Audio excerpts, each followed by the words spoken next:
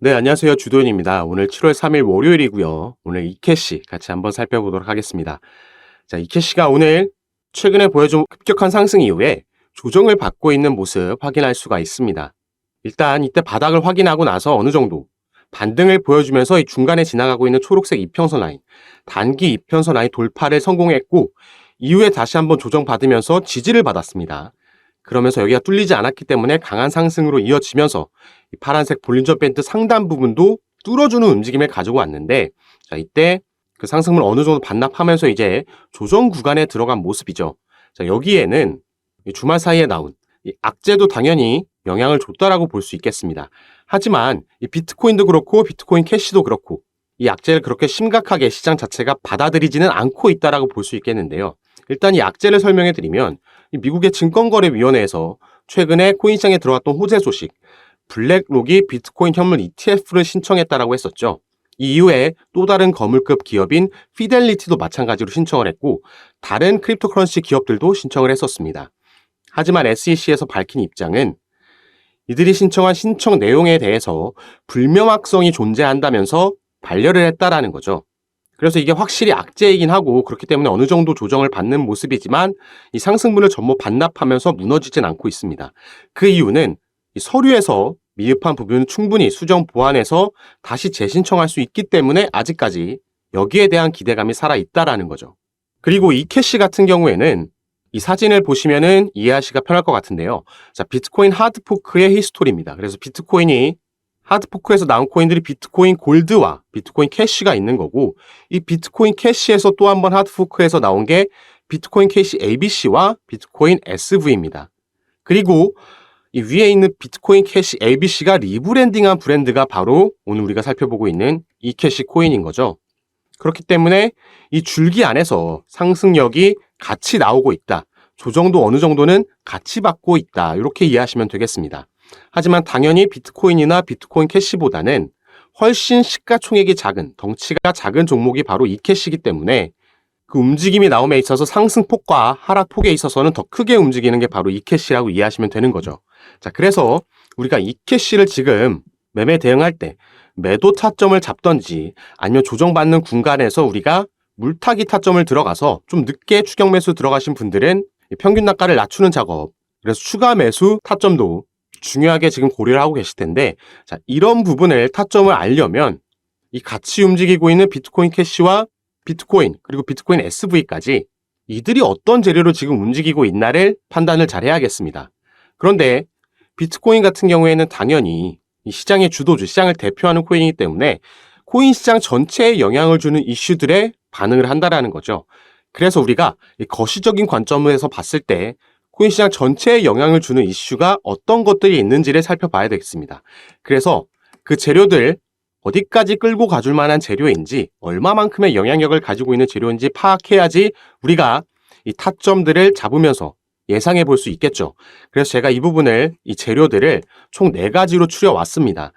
그래서 지금부터 이 4가지 간략하게 제가 이해하기 쉽게 설명해 드릴 거니까 이 부분 함께 보시면서 설명 들으시면서 이 투자 판단에 참고하시면 너무 좋을 것 같습니다.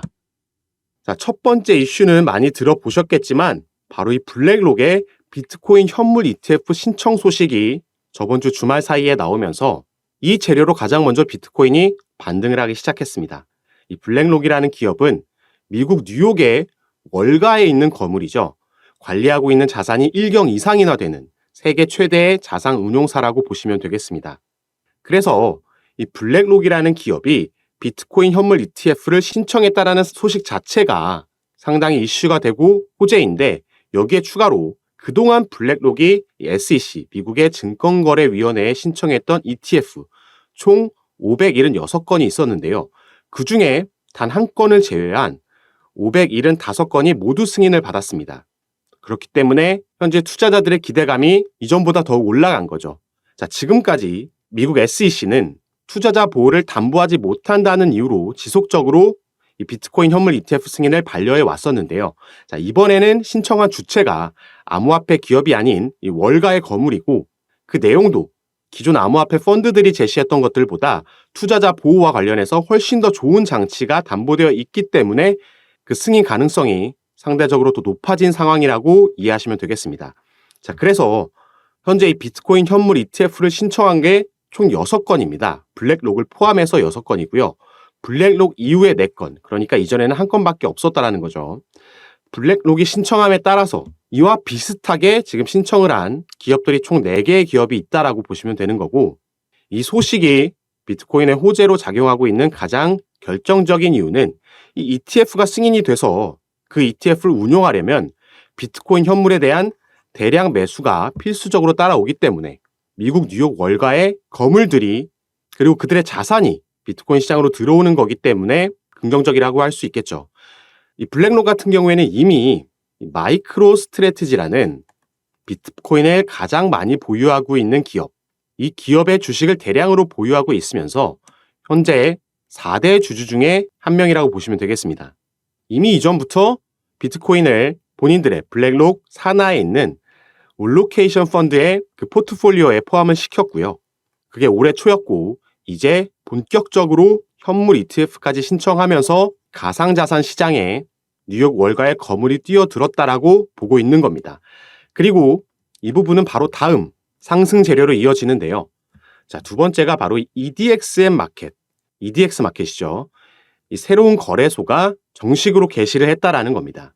이 EDXM은 시타델과 피테들리 등 총 6개의 기업이 연합해서 설립한 미국의 거래소입니다. 그리고 이 거래소의 특징은 기관 투자 서비스만 현재까지 지원을 하고 있죠. 그러면서 안정성을 높였다라고 보시면 되는 거고, 그럼으로 인해서 앞부분과 이어지는 이 기관들의 자금이 코인 시장으로 유입되고 있다라는 게 호재 소식으로 받아들여지고 있는 겁니다.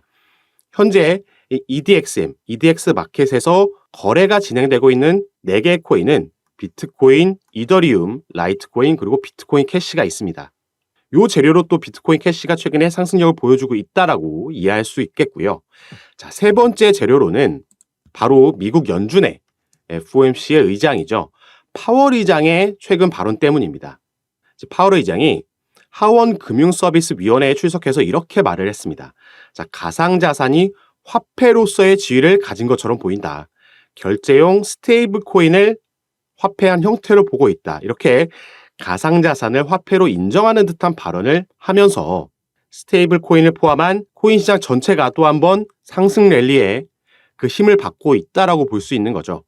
자, 그리고 마지막으로는 바로 이 대형 숏 포지션 청산입니다. 우리가 숏 스퀴즈가 나왔다고 하죠.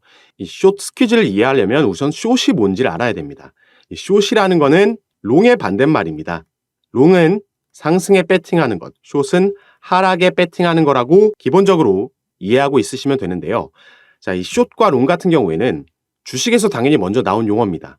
이 주가가 하락할 걸 예상해서 먼저 주식을 빌리죠. 없는 주식을 빌리고 나서 먼저 매도를 하는 겁니다. 자, 그래서 우리가 이걸 공매도라고 부르는 거고요.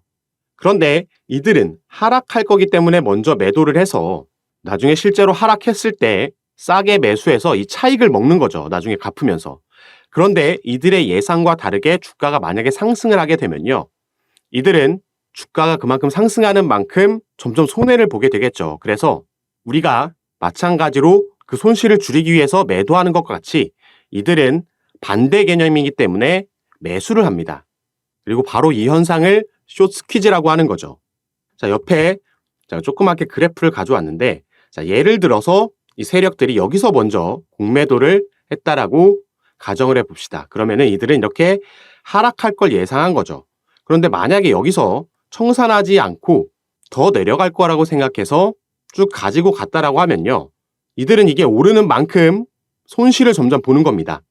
그래서 여기서 본인들의 단가까지 도달했고 여기서 더 올라가면 손실이기 때문에 숏스퀴즈 브레이크아웃, 여기서 매수 청산을 해버리는 겁니다.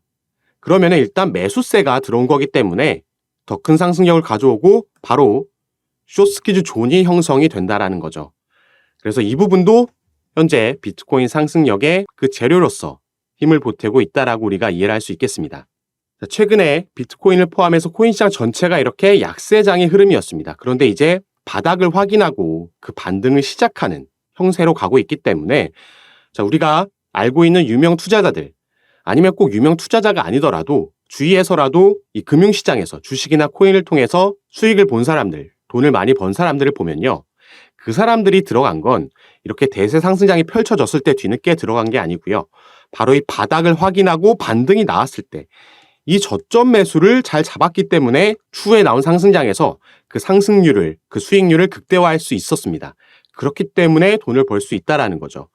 그래서 마침 우리에게도 그 좋은 저점 매수의 기회가 온 그 시점이라고 볼 수 있기 때문에 지금 우리가 어떻게 대응하냐, 어떻게 평균 단가를 낮춰 놓냐, 이 작업을 어떻게 하냐에 따라서 추후에 나올 대세 상승장, 제가 2024년까지 비트코인 반감기가 겹치면서 상승장이 올 거라고 말씀을 드렸는데 그 전에 이 작업을 미리 진행해 놔야지 수익률을 극대화할 수 있다라는 겁니다.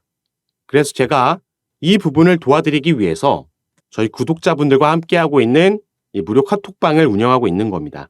여기서 제가 여러분들께서 보유하고 계신 코인 평균 단가는 얼마에 보유하고 계시고 또 비중은 어떻게 나눠서 분산 투자를 하고 계신지 이 포트폴리오 구성하고 계신 걸 보고 제가 개별적으로 매수 매도 타점을 잡아드리면서 이 비중 조절하는 전략을 통해서 가장 빠르게 우리가 선택과 집중을 통해서 가장 빠르게 손실분은 복구하고 수익 전환하실 수 있도록 도와드리고 있는 겁니다.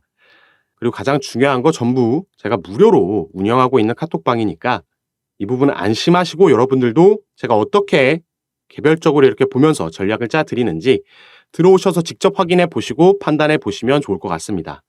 그리고 코인 시장에 새롭게 등장하는 정보와 뉴스들, 이 정보의 속도도 그만큼 중요하기 때문에 제가 가장 빠르게 카톡방에서 이런 부분들을 공유해 드리면서 우리는 시장의 흐름을 파악하고 어떤 스탠스를 취해야지 수익을 볼 수 있는지 이런 부분도 가장 빠르게 잡아드리고 있으니까요. 여러분들은 위에 보이시는 제 전화번호 010-4951-8464번 위에 제 전화번호로 숫자 4라고만 문자 보내주시면요. 제가 이 문자를 확인하는 대로 순차적으로 연락드려서 카톡방 초대를 도와드리도록 하겠습니다. 정말 중요한 시점, 반등이 나오는 시점이기 때문에 하지만 무작정 치고 올라가기 전에 조정이 나오고 있을 때 우리가 이 평균 단가 낮추는 작업을 진행하고 비중을 또 어디에 옮겨놔야 되는지 그 작업을 전략을 통해서 진행해야 되니까 이 부분 꼭 받아보셔서 투자 판단에 참고하시고 저와 함께 하시면서 수익률 늘려가셔서 이 코인 시장에서 혼자 불안해하지 않고 재밌게 오래 함께 투자하셨으면 좋겠습니다. 자, 그럼 오늘 영상도 끝까지 시청해 주셔서 너무 감사드리고요. 여러분들의 성공 투자 진심으로 기원하겠습니다. 감사합니다.